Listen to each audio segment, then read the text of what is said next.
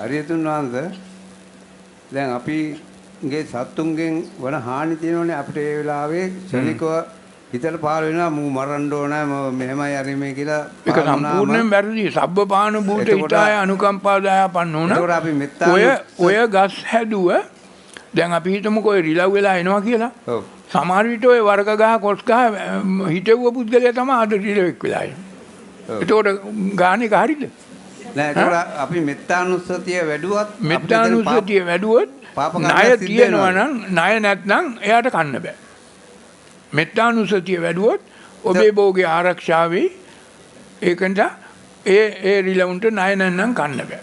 හැබැයි ඔබ චේතනාව ද්වේෂයෙන් වෛරයෙන් ක්‍රෝධයෙන් මරලා ගහලා අයින් කරන්න නම් ඔබ මෙත්තානුස්සතිය වැඩුවේ නැත්නම් ඒ සත්තුත් ඇහිලා ඒ ඔක්කොම විනාශ කළා දාන්න. ඒතකොට ඒ චේතනාව පාලනොත් එතන පාප කර්මයක් සිද්ධ වෙනවා. පාප කර්මයක් සිද්ධ වෙනවා. චේතනාව වැඩි නම් පාප කර්මයක් සිද්ධ වෙනවා, අකුසලයක් සිද්ධ වෙනවා, ණය ගන්න දෙනුවකට බැඳෙනවා. ඔබ අර මුල් බහිනවා ඔබ තුල රාගයේ දේශයේ මොහේ තුනම. වහන්සේට අනිත් පාර දැන් තව එකක් තියෙනවා. දැන් ඔබ කුඹුරක් වපුරනවා නම් හේනක් වපුරනවා නම් වගාවක් දානවා නම් මොනවා හරි ඔබ දැන් ඊට පස්සේ මේ රසායනික පොහොර කෘෂි රසායන කෘමිනාශක තුනක් තියෙනවා. රසායනික පොහොර කෘමිනාශක කෘෂි අර කෘමිනාශක වල්නාශක වගේ තියෙනවා. මේවා ඔබ ගහන්නේ මුළු ඉඩමටම. ඔය ඉඩමේ ඉන්නවා තියෙනවා ජීවත් වෙනවා. ඔබේ භෝගයට මේ පසසාරවත් කරන කෘෂිකර්ම දෙපාර්තමේන්තුවෙන් ප්‍රායෝගික වශයෙන් හොයාගෙන ඉන්න සත්තු 14 දෙනෙක්. හොඳ සත්තු 14ක්. හැබැයි එක සතෙක් දෙන්නේ තමයි භෝගේ විනාශ කරන්නේ. ඔබ දැන් ඔය තෝරලා බේරලා ගහන්න පුළුවන්ද? ගහන්නේ මුළු භෝගයටම ඔක්කොම. එතකොට අර හොඳ සත්තු 14 දෙනාත් මැරෙනවා, නරක එකත් මැරෙනවා. ඔබට මොන තරම්නම් අකුසලයක්ද පාපයක්ද ද්වේෂයක් වෛරයක්ද ඇති වුණා. සමූල ඝාතනය කළා. එතකොට හරියටම ඒතකොට අපි වගාව ආරක්ෂා කරගන්නේ කොහොමද?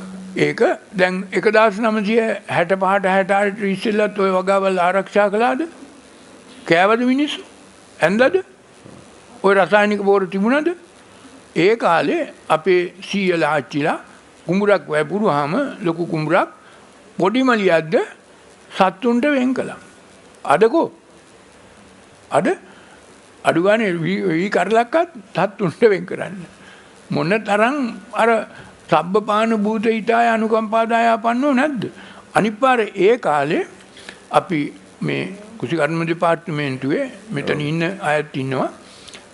ඒ කාලේ අපි 1965ට 66ට ඉස්සෙල්ලා අපේ මේ කුෂිකර්ම උපදේශක ඒයි මහතුරු හයටියට හිටිය අයත් ඉන්නවා. ඒ අයට මේ නොයෙකුත් ආකාරයේ මේ ඒකාබද්ධ පරිබෝධ ක්‍රමයකින් ස්වභාවික ධර්මයෙන් ස්වභාවයට සත්තු ඒ වගේ නැතුව පළවා හරින ක්‍රම අපි ඉගන්වුවේ. සමූල ඝාතනය කරන ක්‍රම අපි කියා දුන්නෙත් නැහැ, ඉගන්වුවෙත් නැහැ කුෂිකර්මද. නමුත් මේ අලුතෙන් ඔය CIC වගේ සමාගම් ඇවිල්ලා මේ කෘමිනාශක කෘෂි රසායනික බෝරාවට පස්සේ මේවා අර පාරම්පරිකව තිබූ ඔය කෙම්කම් තව නොයෙක් ඒවා තිබ්බා. ඒ කෙම්කම් ක්‍රම ඔක්කොම අහෝසි වුණා. අභාවිතයට ගියා. ඒවාට වඩා මේවා බොහොම ලේසි පහසුයි සමූල ඝාතනය කළා මරන්න.